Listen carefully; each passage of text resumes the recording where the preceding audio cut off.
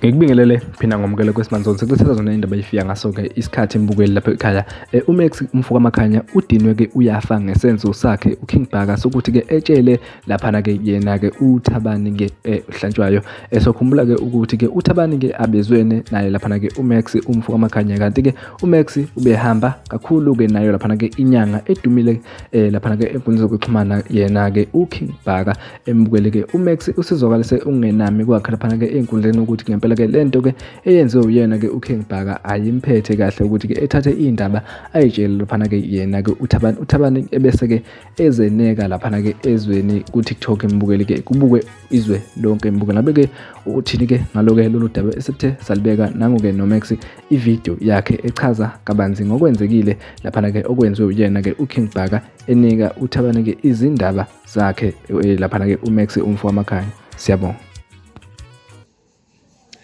Lento owayenza ngale ya video ukuthumela uThabani ukuthi akhulume lezi yazinto beyidestroya ubudlelwane bami noRoyal Chancellor, ingidestroya mina ukuthi ngibe yinothing ngife, iphinde futhi ilimaza isithunzi destroya uRoyal Chancellor. Leyanto idala umonakalo omkhulu Bhaka, idala umonakalo omkhulu leyanto. Siyambonga nje uRoyal Chancellor ngokuba wise, ngokuhlakanipha nokuvuthwa emqondweni ukuthi akwazi ukuyiunderstanda yonke lento ukuthi ayingayi enhlizweni kuye. Siyambonga nje uvuthiwe uRoyal Chancellor. Kodwa Bhaka uzamile wena ukungidestroy, ungidestroyile wena. Ungidestroyile wena Bhaka. Isenzo sikaThabani sokuthi angikolekele iminikelo ebantwini bekungesona isenzo ebesisuka othandweni nebesichaza ukuthi uThabani uyangizwela, bekuyisenzo ebesaqhubeka nokungidestroya mina ukuthi isimo sesiphoqa ukuthi ngikolekelwe iminikelo ku TikTok.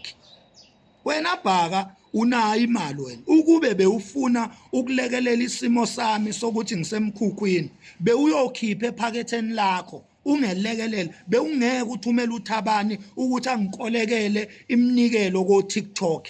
Bekuyisenzo leso sokuqhubeka nokungidestroya. Unemizi sithabathaba zemizi nqwaba, unayo imali wena Bhaka, unayo imali, unenqwaba yezimoto ama-BM ama-X5, unayo imali. Ukube wena bewuneyinhloso ezinhle zokuthi ulekelela isimo osibona kimi bewungayikuthuma uThabani ukuthi akayongikolekela iminikelo ko social media, kodwa bewuzokhipha imali wena Bhaka ephaketheni lakho ulekelele isimo sami. Kodwa ngoba inhloso zakho ngoThabani bekudestroya mina phambi kwabantu, bekudestroya mina emhlabeni ngokungikolekela iminikelo ko TikTok, uphinde futhi ukhulume izinto ezibhlungu, izinto esezadlula, ubuyisa ama-video through uThabani, ubuyisa ama-video isizwe esesadlula kuwo, ngisho indlunkulu, izinto eseyakhohlwa yizo nayibuyisa in my name. Uzamile ukungidestroya Bhaka. Anginazi inhloso zokuzama ukudestroya wena, kodwa wena uzame kakhulu ukungidestroya. Inkinga uhlulekile. Uzame kakhulu ukungicekela phansi Bhaka, uzame kakhulu ukungibulalisa ungiqhathe nenkosi uRoyal Chancellor. Inkinga, you failed. That is the problem. You failed. Akekho umuntu oyongena phakathi kwami noRoyal Chancellor. Akekho. Akekho. You failed.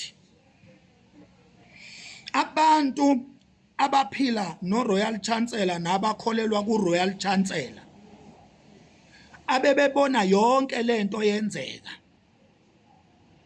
zibe buhlungu inhliziyo zabo yaba sengcupheni impilo yami.